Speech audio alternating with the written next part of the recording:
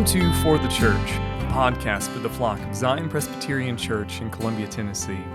We want to help you think biblically about everyday matters. Zion Church exists to join Jesus and his mission to reach people with the gospel and then to equip his people to worship and serve.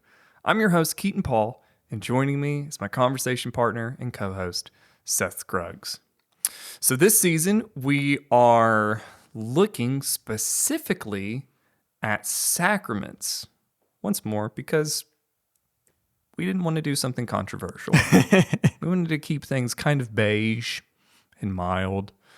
And so we're going to talk about the sacraments. But before we get there, hey Seth, how are you? I'm doing well. Yeah. Doing well. I'm happy to be here. I'm excited about the video element of what we're doing. Yes. So if you're watching can you watch on Spotify? I think so. Technology is amazing. It's incredible. So we're gonna try it. We're gonna try it and see. And just see what happens, because here we are, and why not? And we do know you can watch on YouTube. Yes. That is a fact. Yeah, it's exciting. How are you? I'm good. Yeah, here we are. Week two. Week two. And so last one was we looked at an intro to sacraments. What are sacraments? And we had to lean into, to use an overused Christianese term, a lot of the Reformed traditions, confessions, and catechisms to figure out and define what we mean by sacraments. And I'm totally cool with that. I'm fine in that space, but I much prefer more text-driven biblical text. Texts, not texting.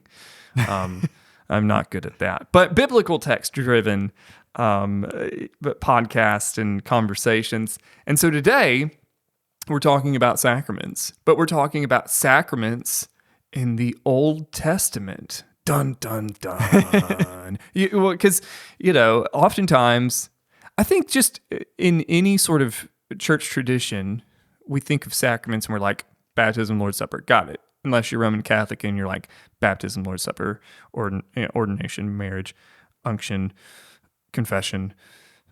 I can't remember the other ones right now. So anyway, there are 7. It's much longer. But we don't think of often sacraments as given throughout the scope of redemptive history, or even the concept, oftentimes, that there were sacraments in the Old Testament. But the Old Testament comes before the New Testament, and so it's a pretty good idea, especially if we believe that, the Bible is one story all pointing to Jesus, and it's the unfolding of God's redemptive grace and plan on behalf of, for his glory and for the good of his people, to get somewhat of the sequence. If you jump into a movie midways through and you're confused and go, and have like weird perceptions of who people are and what they've done because you didn't get the character development, because you didn't start at the beginning, then you don't know what to do with the movies. And that's often how I feel like people treat the sacraments. We jump into the middle of the story and we're like, got it, sacraments, makes sense. But you jumped into the middle of the movie. So go back to the beginning and get the full. So, well, let's just give a brief definition just so we're kind of all on the same page again. We talked about it last week. You can see our full episode on that. But just talking about like what it is that a sacrament is, what it represents. Just a loose definition. Yes. So last time we used the moniker of our dear friend to the PCA, Lig and Duncan, Big Lig. Unless you're watching, of course, I mean Dr. Duncan, where he said that what are the sacraments? The sacraments are the gospel held. They are signs and seals, I should say, of the covenant of grace, immediately instituted by God to represent Christ and his benefits, to confirm our interest in him, to put a visible difference between those who belong to the church and those who belong to the world, and to solemnly engage them to the service of God and Christ according to his word. So, sign and seal, you've got the thing, and you got the thing that's signified and sealed in this covenant that God has given to his people as the gospel held to edify and sanctify believers. Right. And specifically something that God, you said it, but I just want to draw it out a little bit more, that God has given to us. Yes. Not something that we are doing to God or for God or any of that, but it is something that God has given to us. That's right. God has given us these things. He has put them on us in one way or another. These aren't things that we just came up with because we just thought, it'd be a great element to add to spice things up a little bit in our worship services. Like let's include, we need water somewhere in here. We got to do something with water. If you're feeling really spicy, then we can do a lot of water and we can dunk people in it. Or if you're feeling not so spicy, we can sprinkle. And honestly, we need some alcohol in here. Let's get some wine. That's what I'm feeling. Are you feeling? I'm feeling wine. like a holy charcuterie board. No, that's not what we're doing in the sacraments. These are things that God has given to us to both sign and seal his covenant of grace. And so this is an act of the Lord given to us for our good. So that's a sacrament. Now then, thankfully, our Westminster Confession of Faith, chapter 27, section 5 says this. The sacraments of the Old Testament, see, I'm not making this up. The sacraments of the Old Testament in regard of the spiritual things thereby signified and exhibited were for substance the same with those of the New. So here's what the confession is saying, that there are sacraments in the Old Testament. And here's what they're doing. They are signifying and exhibiting the same things that the sacraments in the New Testament are doing. In the Old Testament, the sacraments are shadows. In the New Testament, the sacraments are, in some sense, the substance because of where we stand in regards to redemptive history. The Old Testament sacraments, though, are not conveying anything that the sacraments in the New Testament aren't likewise conveying, except in a different way and in a different angle. Or maybe we can put it this way. The sacraments in the Old Testament are not giving more or less or a different kind of grace than the sacraments in the New Testament are doing. They're both working or they're both displaying, being given for the same purpose of sanctifying and building up believers. It's just where you take place in redemptive history. So, on that note, it is the universal consensus is that there are at least two sacraments in the Old Testament. Some people will argue for more, but at least two: circumcision and Passover. And there's good exegetical reasons why there are two. If you want to argue for more, I mean, I guess you can. But like those are two that everybody's like, sure, yep, absolutely. Sacraments, Old Testament, circumcision, and Lord's Supper. So, on that note, today we're talking about circumcision. So nothing uncomfortable here. But like with that, we do need to go to the beginning. Circumcision is given specifically in Genesis chapter 17 to Abraham. Now, bear in mind, the Lord's covenant with Abraham goes way back, all the way to Genesis chapter 12. In chapter 15, you have this holy covenantal ceremony, as it were, where the Lord enters into a covenant with Abraham. You'll remember that scene where the Lord, brings him out. He makes this promise. You will be this father. I will bless those who bless you. I'll curse those who curse you. Abraham says, how will I, know that this is going to come to pass? Look at the stars, and that's how many your children will be. But then they enter into this ancient Near Eastern ceremony. This is back still in Genesis 15. This ceremony that was, again, a lot of the times, like people aren't necessarily writing up, legal documents and you sign here, I sign here. If you break it, we take it to the civil magistrate, and hopefully in due course and in due time, justice is done.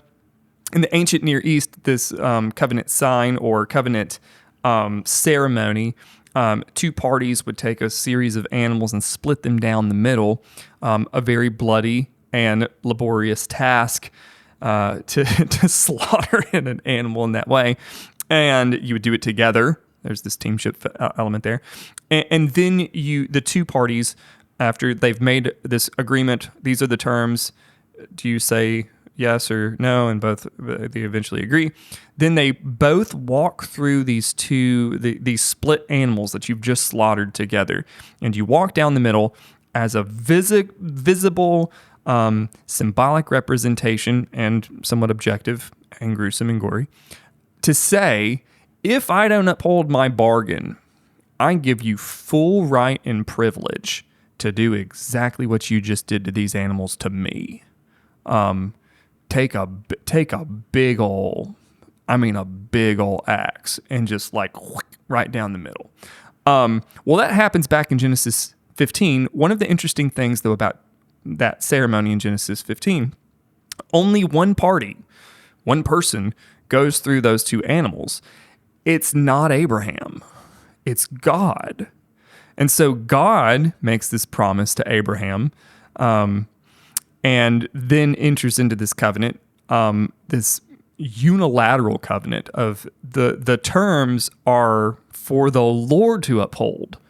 What is Abraham to do? Well, it says earlier in Genesis 15 that he believed God and it was counted to him as righteousness. So you grace is just laced all through this. It's just rich picture of the gospel. So now then we turn from there. The Lord has already entered into this covenant with Abraham. And in Genesis chapter 17, there's a covenant ratification.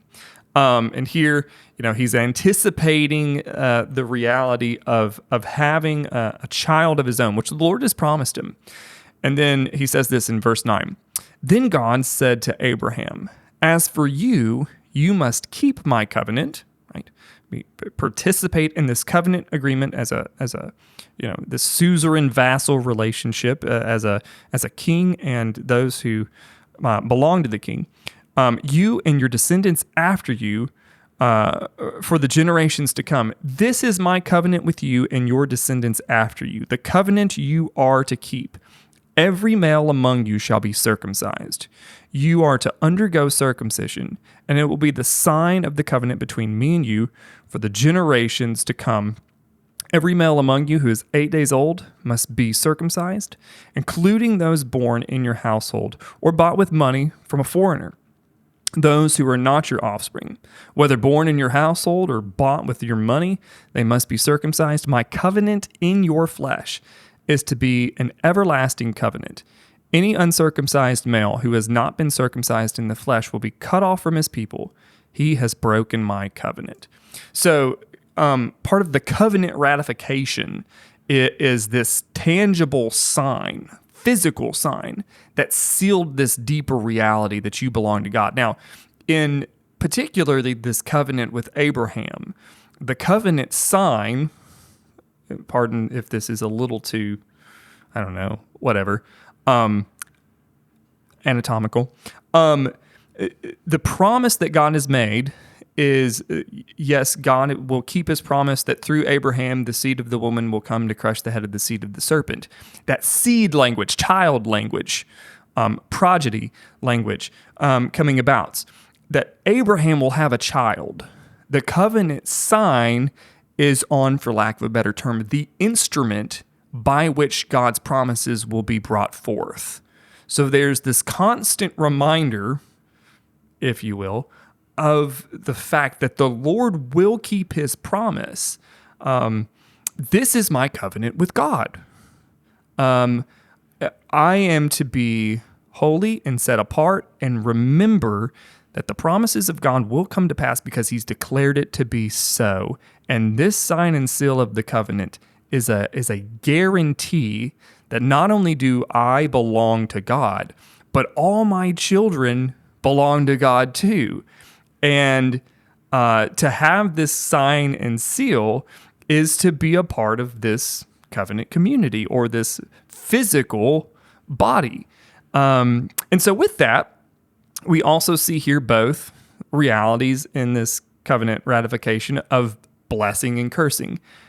Receive the sign, and implicit to receiving the sign is to walk in faith all of your days. So again, Abraham is an old man by the time he's given circumcision, but his children thereafter, from the time that they're 8 days old onward, are to walk in faith with the Lord as those who have received this covenant sign, to be and participate in this covenant community that have received this covenant sign, because it's there that they've received this covenant blessing.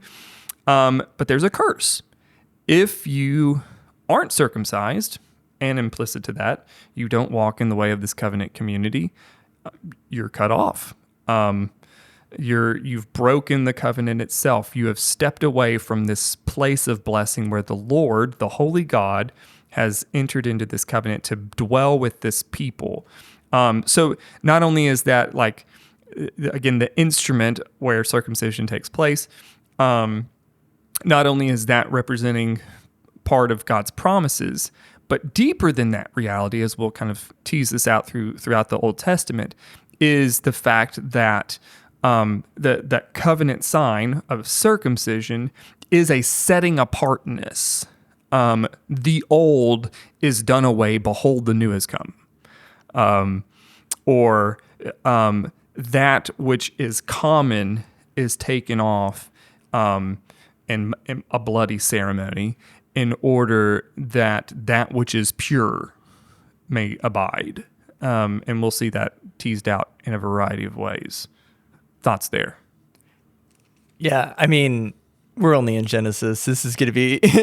I know. This is so foundational to what the Bible is doing throughout. And obviously the metaphor of circumcision kind of carries through all of Paul's writings, and what does it mean in the circumcision of the heart versus circumcision of the body, and we're gonna get there. Yep, I figured we would. There. Oh yes, of course. All right. So what's our next stop? Okay, so next stop, Joshua, chapter 5. So you have Abraham.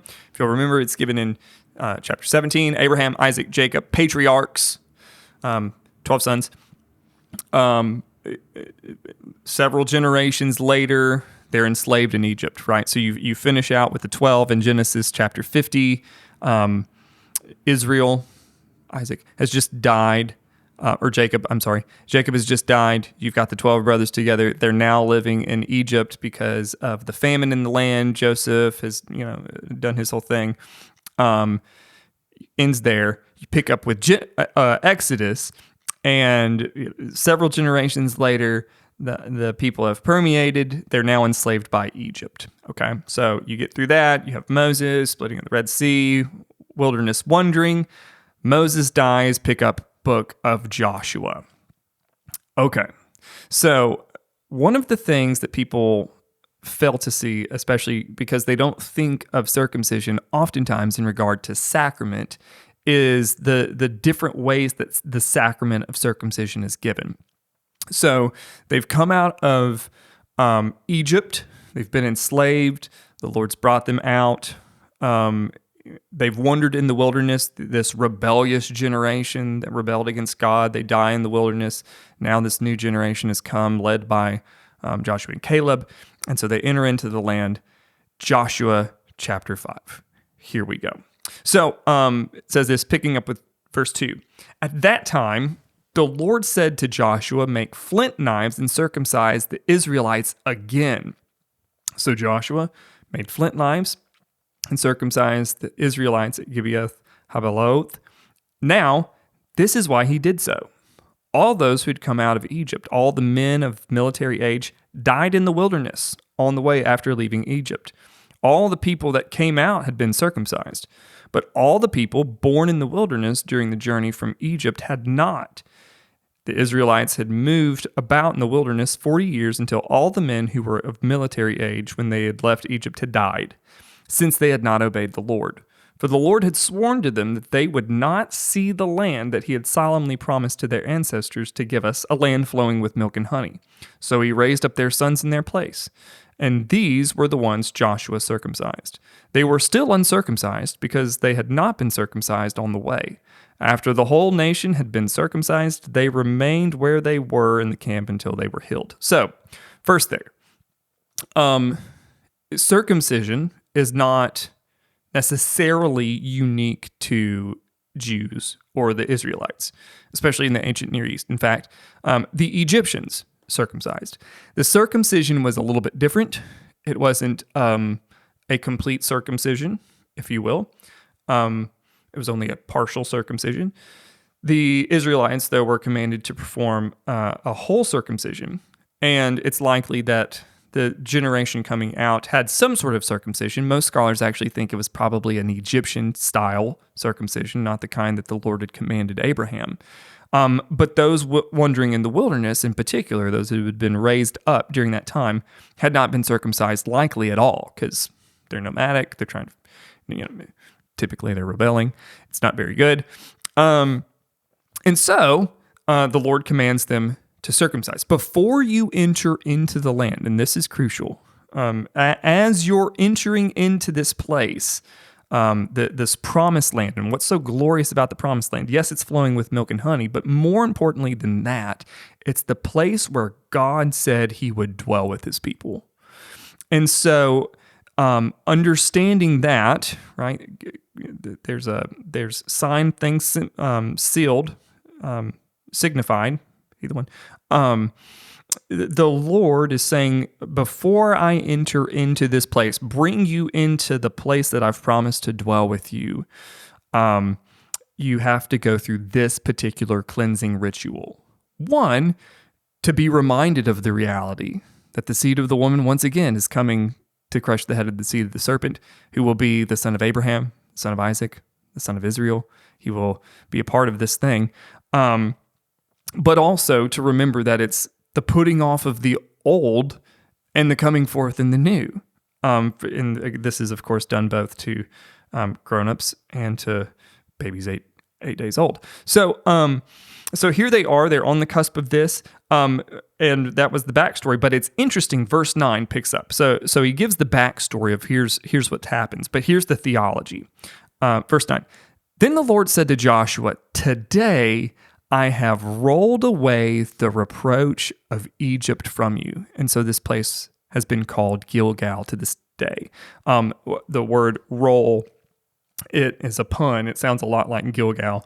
But rolling away the reproach of Egypt, the Egyptians, the term for reproach is a lot like contamination, commonness, vulgarity even. And so that rolling away, it is, again, pardon the curseness of this, but it's the Bible, okay? It is that act of circumcision. So circumcision itself, that physical sign, is yes, that sacrament of and sign of that. But there's this representation of the Lord's work in rolling away the commonness of people in order to bring them into the place where God dwells. So it's in the act, that sign and seal of the covenant, that the Lord is placing on them this physical marker that says, I am now calling you holy. I have rolled away your reproach, your commonness. You do not belong to Egypt anymore. You belong to me, and I am holy, and therefore I'm making you holy. So receive now this sign and seal of the covenant. And so it's so vital for us to see that reality, because otherwise, what is circumcision?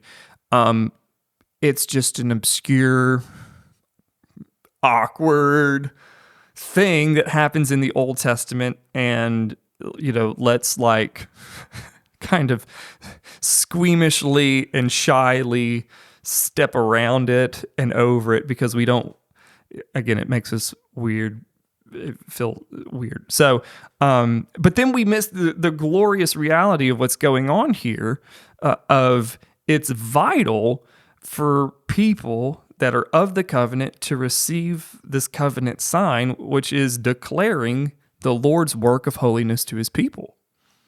Thoughts on that? Yeah, I think what's so interesting is the way that because I never thought about this before, that rolling away kind of visual. Yeah. Where just like in the New Testament sacraments, which we'll talk more about, the sign itself is connected to what it represents. That's exactly right. And so to your point, like when we don't think about that, it's just like, this is a weird thing that we just like don't want to talk about, that is just like kind of strange. But when we take into account the symbolism of it, which, like baptism with water and cleansing, or the bread and wine with that's exactly right. Christ's body and blood. Yep, totally.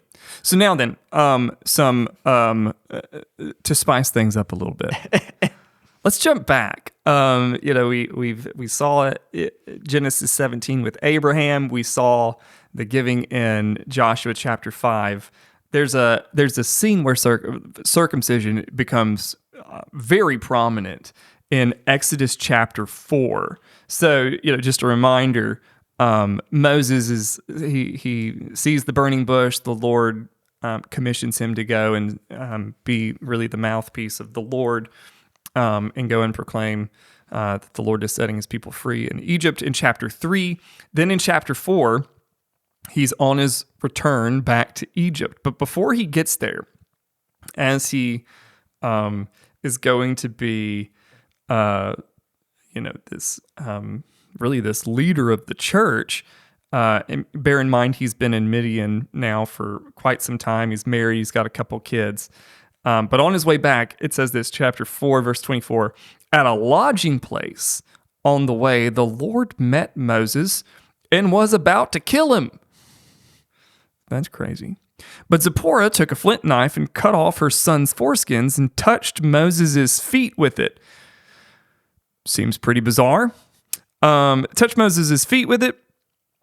And surely, she says, surely you are a bridegroom of blood to me, she said. So the Lord let him alone. At that time, she had said a bridegroom of blood, referring to circumcision. So this is one of those passages that like universally commentators like look at and go, I don't know. I don't know. Like, the Lord commissions him and then is going to kill him. And then quick circumcision, which, oh boy, not something, well, anyway. And then touches his feet. And so there's just so much going on there that like, okay, something's not translating here. Well, here's what we can at least get to that are universally agreed on. We talked about the covenant sign and seal of being both a blessing and a curse, or receiving the blessing of being a part of the covenant community and receiving the blessing of receiving the covenant community sign. There's that, but there's also a curse of not participating in it or doing it in a wrongful sort of way. And so likely what many people hear, Moses, because now he is in covenant with the Lord, he is the child of Abraham, he should have received this. He should have done that to his own children. He has been in the very presence of God and now has been commissioned by God to go forth as the Lord's mouthpiece, and yet there is unholiness in his household, and it's done so at his own hands. And so what's happening here? The Lord in curse or in judgment is coming to kill Moses because he's not been purified. He has, in one sense, been enlightened by the proclamation of God's self-revelation. He's been commissioned, he's been united to God, and yet unholiness cannot be in the presence of God. And so unless this cleansing ritual of circumcision takes place, the very presence of God we'll kill him. And it boils down to this. Being in the presence of God is either the ultimate blessing or the ultimate cursing. If you are sanctified and justified by God's declaration, it is a glorious blessing. But if you haven't, it's an utter curse. And so here, it's that picture once more of saying, what happens when people enter into the presence of a holy God in an unworthy manner? They receive curse and judgment. And so again, the covenant sign is more than just this physical mere symbol. There's a supernatural reality of coming into the presence of God in an unworthy manner, which is really, when we get so tripped up with things like Psalm 95 of, they wandered in the wilderness, and yet they hardened their hearts, the waters of Meribah. And then the author of Hebrews picking that up in Hebrews chapter 6 and all of the warning passages in the book of Hebrews that they were enlightened by the Spirit, and now it's impossible to be restored. It's a similar sort of thing of you've partaken of this glorious grace that the Lord is, and you've walked away and said, I want nothing to do with it.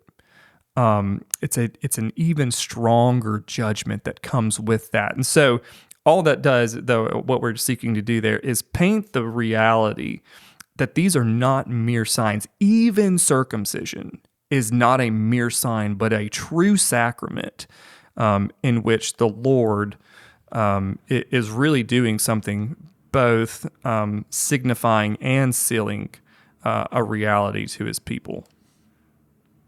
Yeah? Yep. Okay. Well, cool. Well, now then, so on that note, let's tease that out a little bit more and see how specifically the Old Testament, and then we'll eventually get to the New, will demonstrate the reality that that circumcision in particular is both a physical sign, yes, but it's sealing with it a deeper meaning.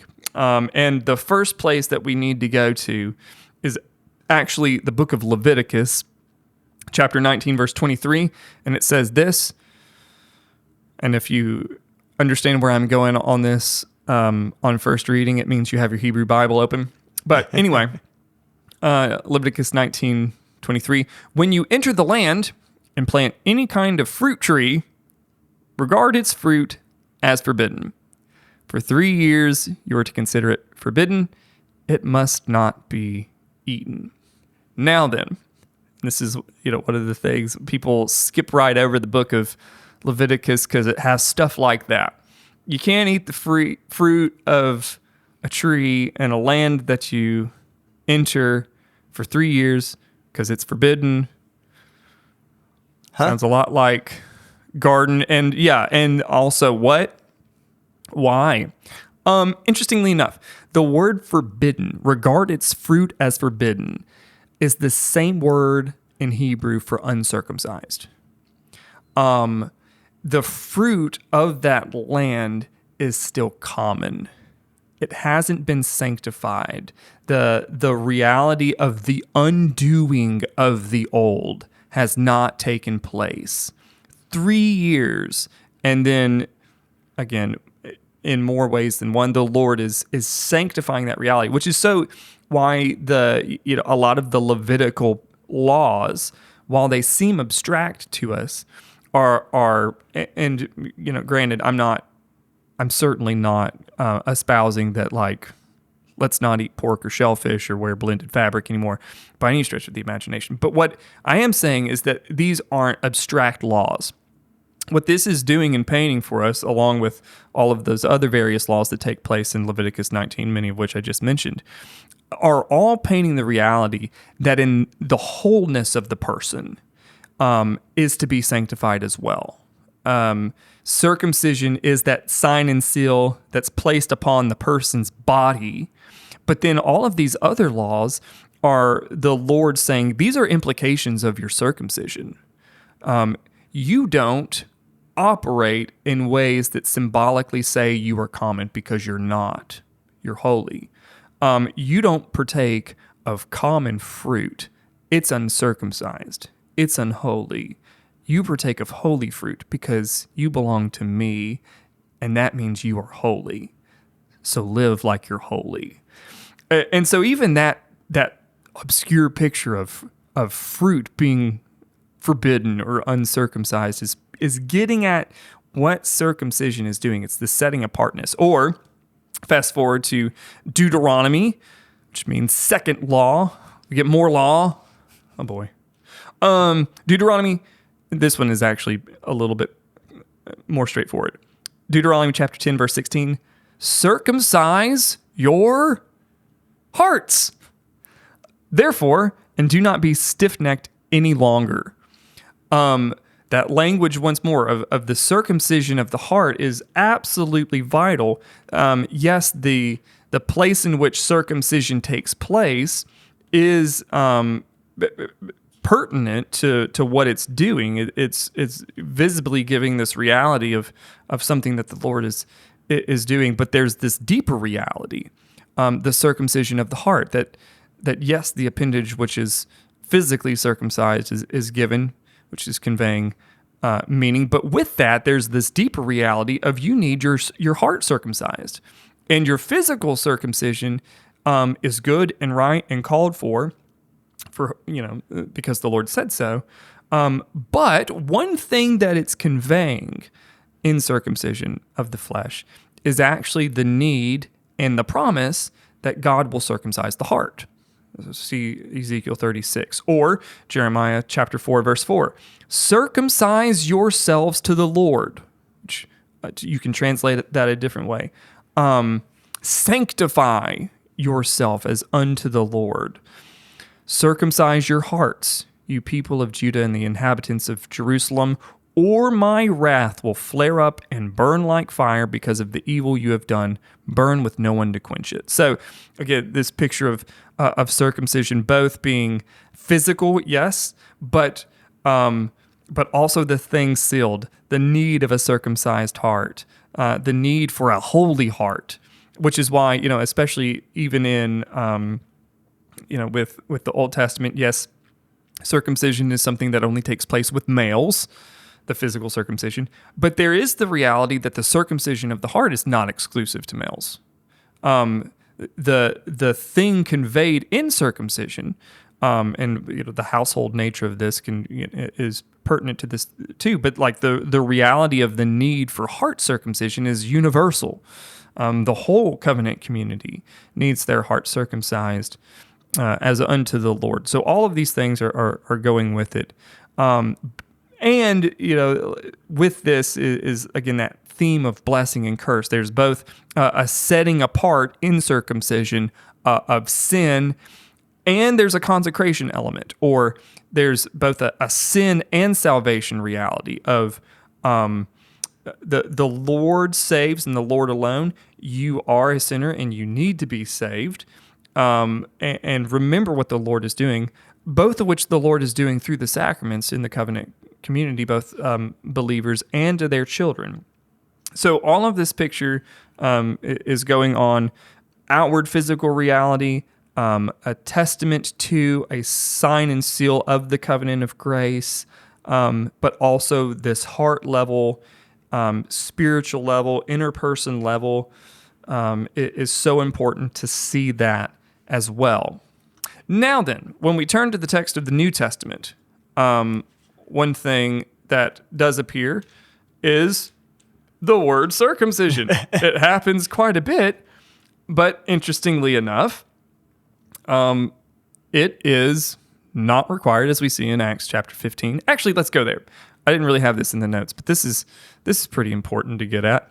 So Acts chapter 15, there's this council called in Jerusalem, early church. Paul is just now getting established as one of the apostles. He and Peter, are now somewhat going at it because Peter's kind of gotten a little squishy, if you will. He's playing into a constituency, as it were, and Paul says this is ridiculous.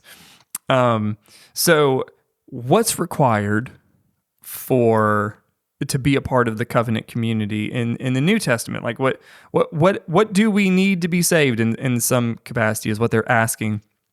Well, Acts chapter 15, here's the contention.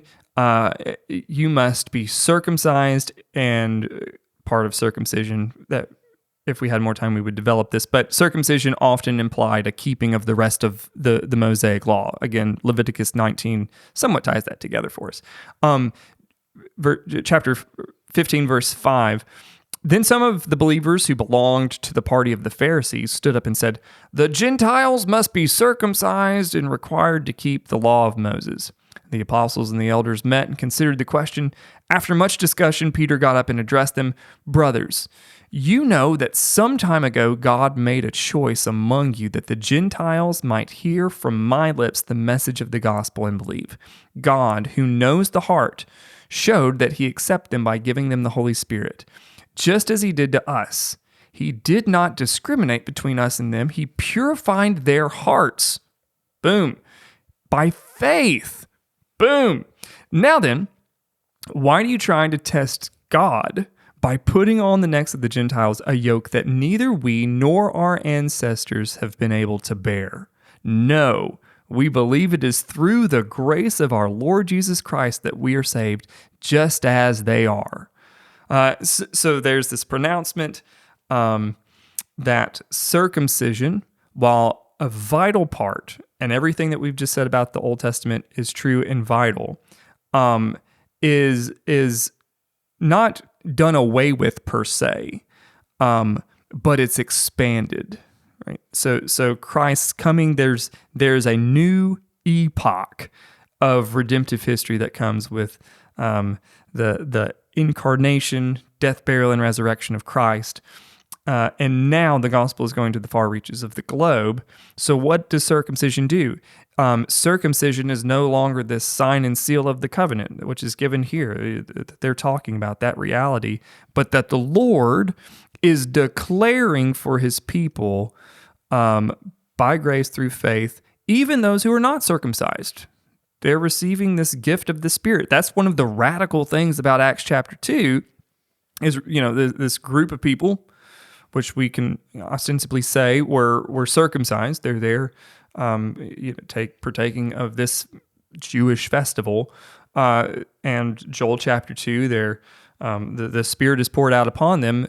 Well, to a Jew that's familiar with the Old Testament, that's almost to be expected. Yes, it's glorious and wonderful, an unbeliever, but yeah, of course the Spirit is falling on those who have been consecrated to God by circumcision. The weird thing about it, though, is later on in Acts chapter 10 and the like, where these people who aren't circumcised are receiving this gift of the Spirit, that God, through the work of the Spirit, is declaring them to be consecrated unto him, that this work of the circumcision of the heart is taking place without the circumcision of the flesh. What is going on here?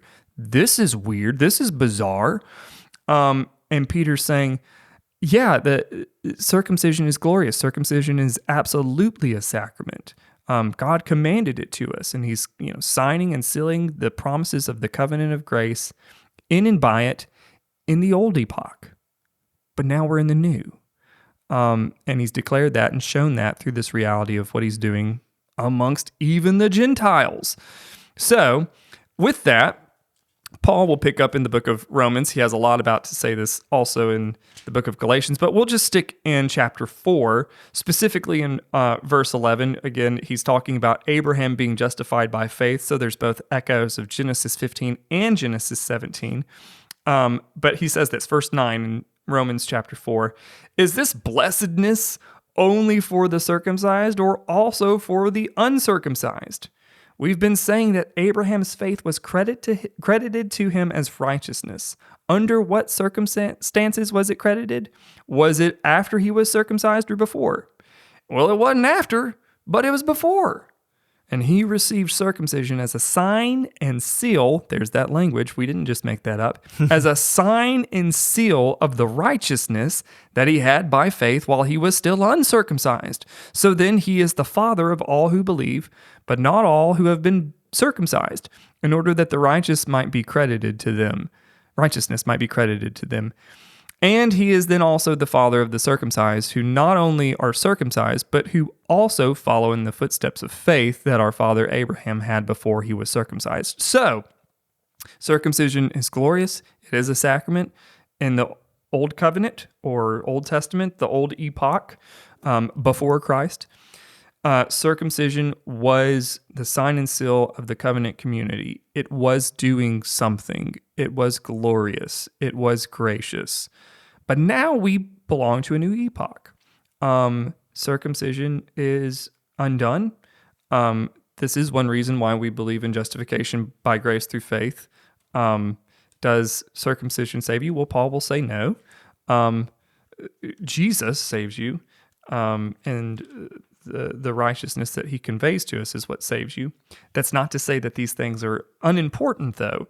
Now then, here's where this all ties into specifically what happened to circumcision. That should have been like, write a book like that. What happened to circumcision? Why is it then, if circumcision is so important, why is it now that we don't have to get circumcised? Well, here's why. You actually do have to get circumcised. Oh boy. Oh no. Wait, I'm so confused. What do you mean? Well, you have to get circumcised, but the circumcision isn't your own. It's the circumcision, both physical, ding, ding, ding, ding, ding, the actual historical circumcision, yes, but the reality of what circumcision represents, too, both and. Here's what happens. Paul will tease this out for us in Colossians chapter 2, starting with verse 11. In him, that is Christ, you were circumcised with a circumcision not performed by hands. Your whole self, ruled by the flesh, was put off when you were circumcised by Christ, having been raised with him in baptism, in which you also were raised with him through faith in the working of God who raised you from the dead. So hear that. Jesus' circumcision is our circumcision. If you're unified to Christ, it's not that you have to be circumcised yourself. The circumcision's already happened. Jesus' circumcision, both physical as a sacrament and metaphysically as a sacrament, is now yours. That's why believers, and what they were wrestling with in Acts chapter 15, and Paul is talking about throughout Romans and Galatians, is to say circumcision is actually absolutely vital. But here's the thing, we get Jesus' circumcision, the ultimate circumcision, the perfect circumcision. And both his physical circumcision, yes, but our old self is put off, and now it's no longer I who live, but Christ who lives in me. And so that's why circumcision is so important, even for us in the New Testament. So congratulations, believer, you who are in Christ, beloved of Jesus. Your circumcision is a real thing, and it's Jesus's. So rejoice in that in more ways than one. I love what Paul is doing in both of these passages, where the application just it shows us, like, I feel like, sometimes we get into this mindset of like, well, the circumcision, that was a different thing. That's right. That's a different thing than what we do now. That's right. And it's like this weird thing. But the reality is, as he points out in Romans 4, just like with what we have now, the circumcision was not a thing that he did in order that he might be saved. That's right. It was already credited. His faith was credited to him as righteousness before that. That's right. And then this is a sign of God coming and saying, again, just like we talked about last week, like this is top down. Yep. God giving him something because of our infirmities and our weakness to say, here's something physical, something you can touch and feel that says, I am righteous because of what God has done. That's right. And it's incredibly important to think about. Yeah. I love that. And even Christ's circumcision too, Colossians 2 there is tremendous, because like that is also a declaration of Christ's full satisfaction of the law, physically, given in that sacrament. and then put on us. So as surely as Christ was circumcised, and as surely as Christ did what no one else was who has ever been circumcised before could do, all of their circumcisions too. This is another thing to think about. Every circumcision that came before was a shadow of the substance of Jesus' circumcision.